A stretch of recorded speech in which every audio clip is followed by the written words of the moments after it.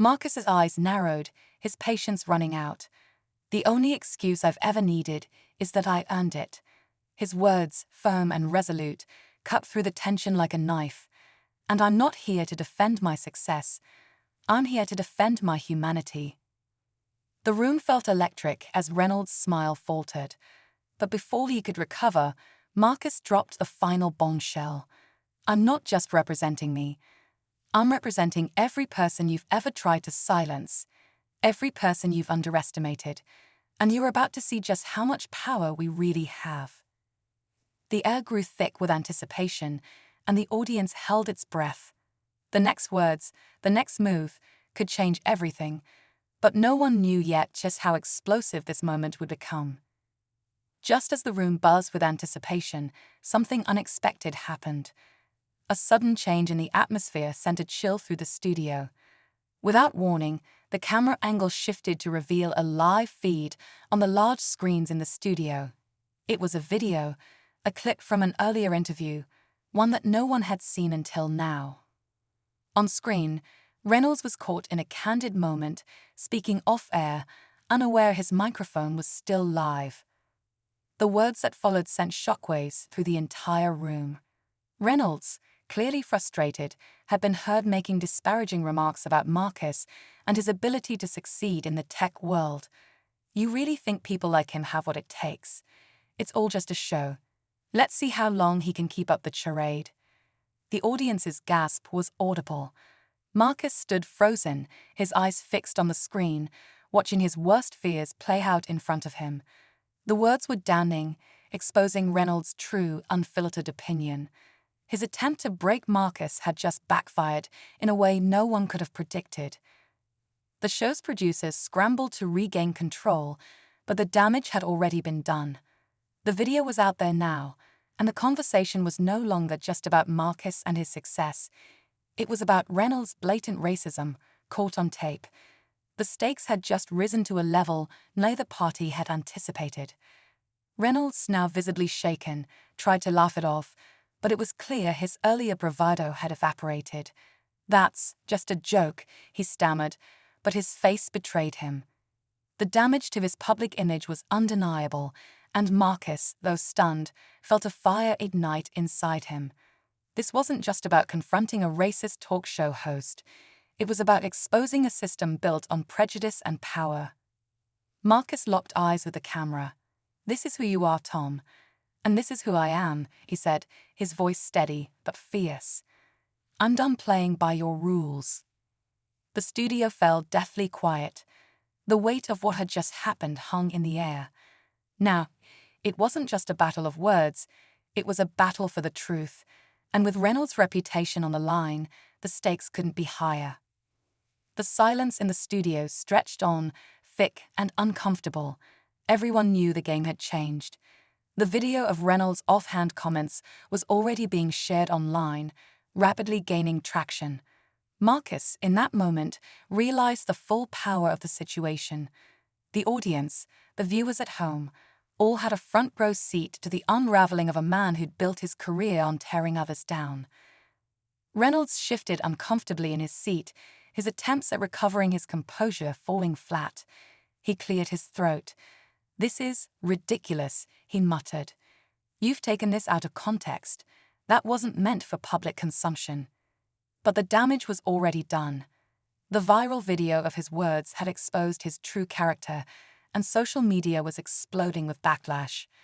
Viewers were tearing apart Reynolds' history of controversial remarks, demanding accountability. Yet Marcus wasn't interested in public shaming anymore. He was focused on the bigger picture. He turned to the camera, his expression unwavering. "This isn't about one person's mistake. This is about the system that allows people like Tom Reynolds to get away with it for so long." His voice carried, each word heavy with meaning. "And it's time for that to change."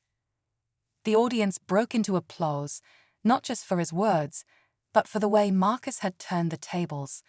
The show had become less about the interview and more about the truth coming to light. But just when it seemed like the battle had been won, a final twist unfolded. As Marcus stood up, preparing to leave, the show's producers announced something unexpected. A major sponsorship deal, originally slated to go to Reynolds' show, was being pulled in light of the incident. The company, a major player in tech, publicly stated they could no longer support a platform that endorsed such blatant racism. Imagine sitting across from a talk show host who's known for making controversial comments, but this time he's crossed a line. This is exactly what happened when a well-known racist talk show host tried to humiliate a successful black businessman on live TV. The businessman, poised and calm, had no idea what was coming until the host's insults started flying. What happened next? An epic clapback that would leave viewers stunned. It wasn't just a simple response. It was a moment that had the internet buzzing and left the talk show host speechless. This clash wasn't just about a battle of words. It was a powerful statement about respect, self-worth, and standing up against racism. But as the host tried to regain control, the businessman wasn't done yet. How did it all unfold? Stay tuned to find out what happens next. The businessman, Marcus Davis, had worked hard to build his tech company from the ground up.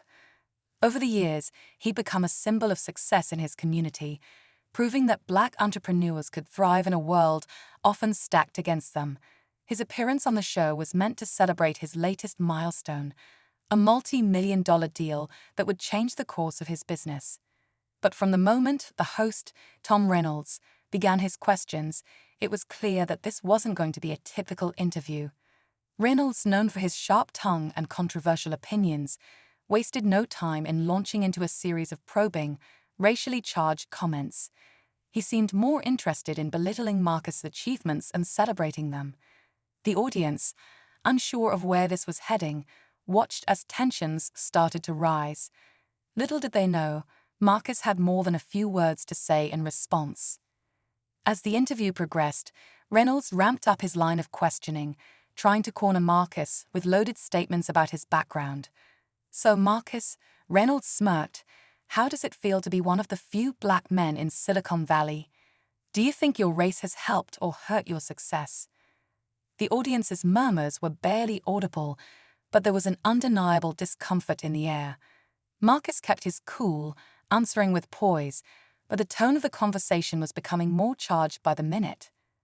It wasn't just the blatant racism that bothered him. It was the way Reynolds made him feel like an outsider in an industry where he'd worked tirelessly to belong. The subtle insinuations that his success was somehow a fluke, not earned, gnawed at him.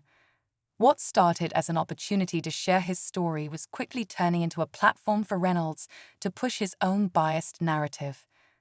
Then, as Reynolds continued to prod, trying to provoke a reaction, Marcus could feel the tension in the room shift. He wasn't just defending himself now. He was representing every black entrepreneur who had been overlooked, underestimated, and questioned. It was no longer about him. This was bigger. The air thickened as Marcus leaned in, his expression hardening. He'd heard this kind of questioning before, but now he was ready to put an end to it. The audience held its breath, sensing that a moment of reckoning was just around the corner. The studio fell into an eerie silence, every eye now locked on Marcus. Reynolds, sensing that he was close to breaking him, pressed even harder. "You've built your empire, sure, but I have to ask, do you really think people like you belong in the boardrooms of Silicon Valley? Are you even *qualified*? He leaned back in his chair, a smug grin on his face, waiting for a response. Marcus felt the sting of the question, but something inside him shifted.